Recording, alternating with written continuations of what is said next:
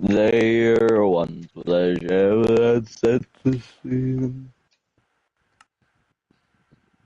Chat, Wembu MC is online.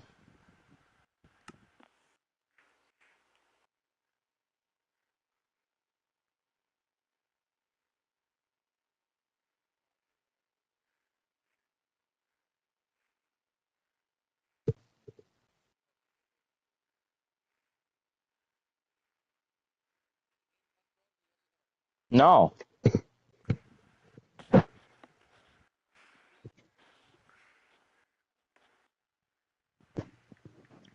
Oh no, it's just frozen. Nah, it's just the respawn screen, and I clicked respawn random, and my screen just froze.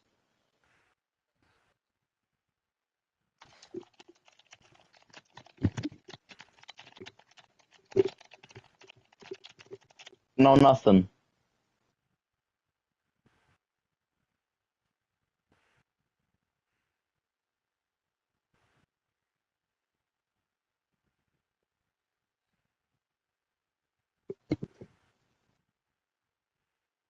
No, no, no, no, no.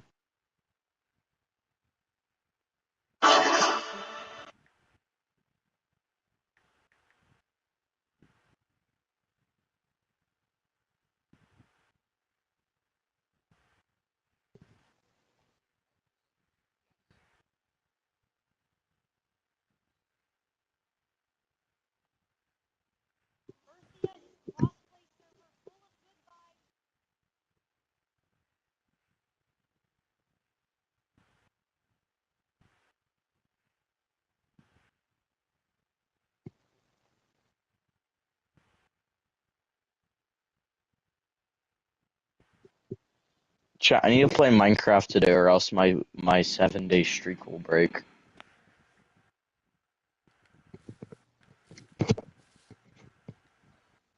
You can't have my 7-day streak.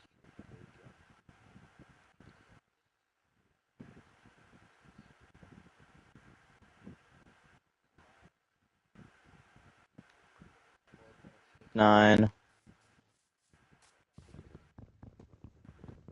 There once was a ship that set to sea. The name of the ship was Billy T. The winds blew up her pipe down, and my Billy boys go and blow. Hey, are Reese's, get off my stream.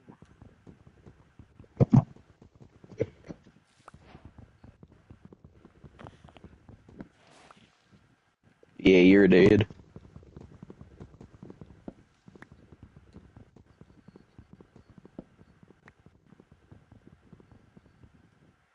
Reese's, I'm gonna ban you off our stream.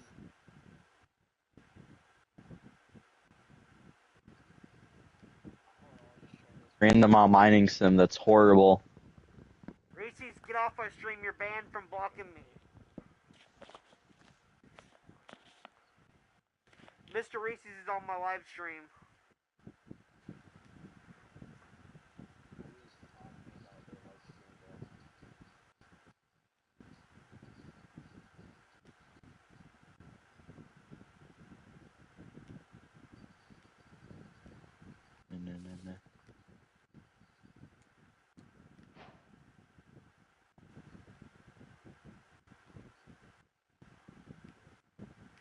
Get off my stream or I'll report you for harassment.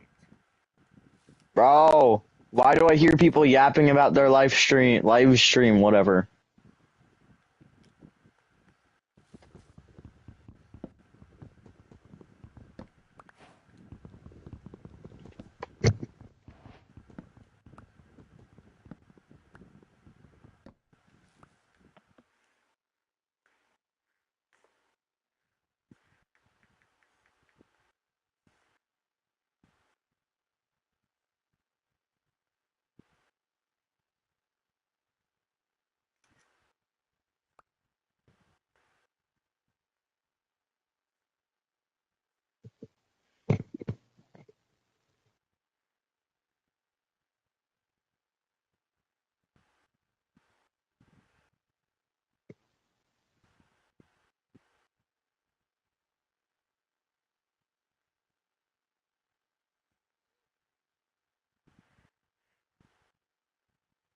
Wait a minute.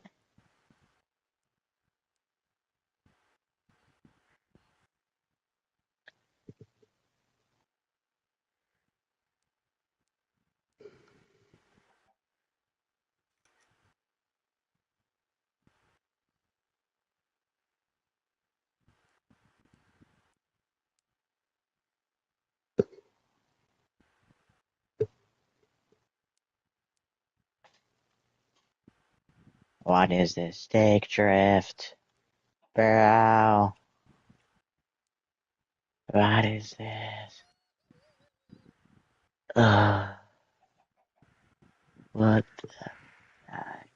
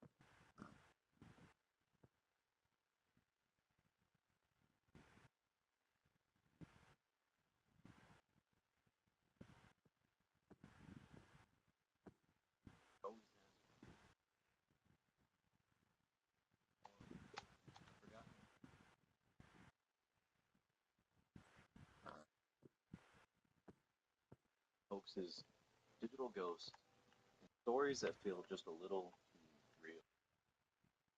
Isn't the shiny corporate internet we scroll through every day?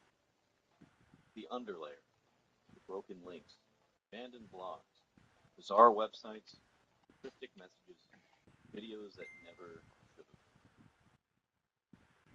Some of it's viral, some of it's obscure, some of it nobody can really explain.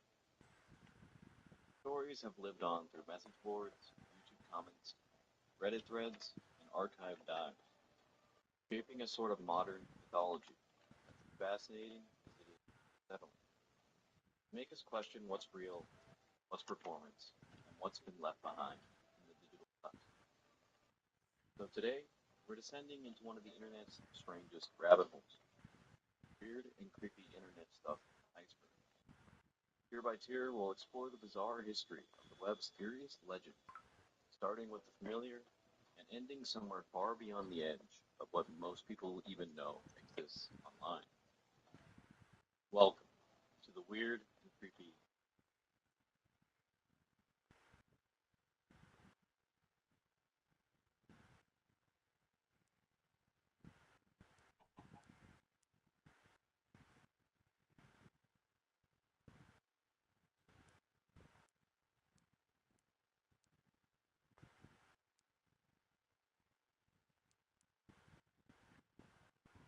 TimeCube. TimeCube was a website launched in 1997 by Otis Eugene Ray. The site centered around a theory Ray created, which claimed that modern science was fundamentally flawed. His belief was that each day is actually made up of four simultaneous days occurring in a cubic formation. He referred to this as the time cube and spent thousands of words on the site trying to explain it, though the explanations were often incoherent and difficult to follow. The site's design didn't help. It was mostly written in all caps, with multicolored fonts, disorganized formatting, and paragraphs that jump between topics without warning. Ray also used the site to attack educators, scientists, and even specific public figures like Albert Einstein and Stephen Hawking. He made many other unrelated claims, including Oh racist my. and anti-Semitic statements. Overall, the website was seen as the ramblings of someone with extreme ideas and no filter. Despite how difficult it was to understand, TimeCube gained attention from online forums, blogs, and even universities. In 2002, Ray gave a lecture at MIT, where he presented his ideas to a group of students who attended curiosity. Over time, the site became something of an legend. After Ray died in 2015, the original domain eventually went offline. The content is still available through website archives and fan. Today, TimeCube is often brought up in discussions about early internet, conspiracy theories, and outside web content. It's remembered not because the theory made sense, but because it represents a time when the internet allowed anyone to publish anything, no matter how strange. Ted the Caver. Ted the Caver is one of the earliest and most well-known examples of internet fiction, often considered a prototype for the modern creepypasta. It first appeared on a free Angelfire website in 2001, structured as a series of blog-style journal entries written by a man who calls himself Ted. The story begins with Ted and his friend B exploring a cave system somewhere in the United States. They discover a narrow passage that they nickname Lloyd's Tomb, and decide to spend weeks digging it out so they can see what lies beyond. At first, the story reads like a casual caving dive. Ted goes into detail about the digging process, the equipment they used, and the physical strain of squeezing through tight spaces. But as the entries go on, the tone shifts. Ted starts experiencing strange feelings in the cave, anxiety, instead of routine. The deeper they go, the more unexplained things start to happen. He hears distant noises, sees symbols etched into the cave walls, and begins to feel like they're being watched. Eventually, Ted and B make it through the tight crawl spaces and explore a previously undiscovered cavern. What they find inside is never fully explained. After entering, Ted writes about hearing a low rumbling sound and experiencing heat. Both men flee the cave and swear not to return. A few days later, Ted decides he needs to go back in and confront whatever's in there. The final entry says he's going back with a weapon, and that if he doesn't return, someone should come looking for him. The site ends there. No follow-up. Because of its presentation, many in the early 2000s believed that the cave was real. It was written in first person, included photos of the cave, and didn't immediately reveal itself as fiction. Even today, there have been debates about whether any part of the story was based on real events. Ted the Caver itself even inspired a low-budget horror film in 2013, and is often cited as one of the most effective uses of the early internet to tell a horror story that no film. SuicideMouse.avi. SuicideMouse.avi is a creepypasta about a supposed lost Mickey Mouse cartoon that appeared online in the late 2000s. The video shows Mickey walking through a city loop with little animation, no background music. As it goes on, the footage becomes distorted. Visual glitches appear, screen warps, and loud static and screaming replaces the silence. The story claims that the tape was found in a Disney archive, and the staff member who watched the full release died from suicide. One version of the video ends with a still image containing Russian text, allegedly translating to "the sights of hell bring viewers back in." Several versions of Suicide Mouse.avi are still online. They are all confirmed to be fan-made recreations. There is no original or official version of the video. Despite that, it remains one of the most well-known lost episode creepypastas, and is often grouped with others like Dead Bart and Squidward Suicide. Captain Cudgies. Captain Cudgies is a strange internet phenomenon that started in the late 2000s and picked up steam around 2009. It revolves around a massive wave of bizarre, rambling comments posted across hundreds of websites, blogs, recipe forums, news articles, even YouTube videos. Comments always reference a fictional or possibly real restaurant called Captain Cudgy's Key Lime Pie Factory, supposedly based in Asheville, North Carolina. Posts were usually off-topic, filled with strange praise for Cudgy and his wife, and odd references to Jimmy Buffett, cheeseburgers, and pie games. The comments often follow a similar structure. They would start by praising Touchy's key lime pie, then veer into personal anecdotes, each being nostalgia and sometimes sexually suggestive, all while never directly engaging with the actual content of the page they were posted on. Language was repetitive, grammatically off, and clearly copy-pasted, although the exact wording would sometimes slightly shift with the post. Some of them were thousands of words long, contained odd inside information that didn't make any sense in context. For years, the same wall of text, with slight variations of it, expanded to over 700 different websites. The original source or purpose of these comments was never officially confirmed. There were a few theories. Some people thought it was a failed viral marketing attempt for a local restaurant. Others thought it was a bot gone rogue. A few believed it was the work of one dedicated individual with too much time on their hands. The restaurant itself was rumored to be real, though no current business's listing or operating location has been verified in recent years. Eventually, the post started to slow down around 2016. The mystery lost momentum. During its peak, Captain Cutchies was one of the weirder, more persistent internet mysteries. Something that clearly had effort behind it, but never revealed its purpose. You've been in a car accident. I'm really sorry. Because you probably already know what's about to happen to you. ilovebees.com started as what looked like a hacked personal website about beekeeping, but it quickly became one of the most famous ARGs ever created. You see, most July victims struggle with getting 2004, paid by visitors insurance to the site companies and noticed lawyers, strange while glitches. others are receiving Text was scrambled, odd phrases were embedded in expensive HTML, upfront lawyer and there fees were or references to stepping AI from the waking courtroom. up or And being here's damaged. how. It's called the 2025 Changes weren't random. compensation. They were part of an elaborate promotional campaign for Halo 2, designed to look and feel completely disconnected from traditional marketing. The campaign was created by 42 Entertainment and launched alongside a trailer for Halo 2 that hinted at the URL ilovebees.com. It sparked confusion and curiosity, especially among Halo fans who followed up on the link and found the strange content.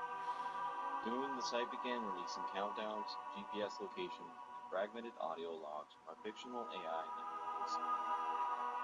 Players all over the world began following the trail, uncovering new pieces of story by solving puzzles and showing up at ringing payphones as for QuickTime notifications. Over time, players pieced together a full backstory involving a damaged AI crash landing, military conspiracies, and early hints at the entire game unfolded in real time, encouraging global collaboration. Over 40,000 people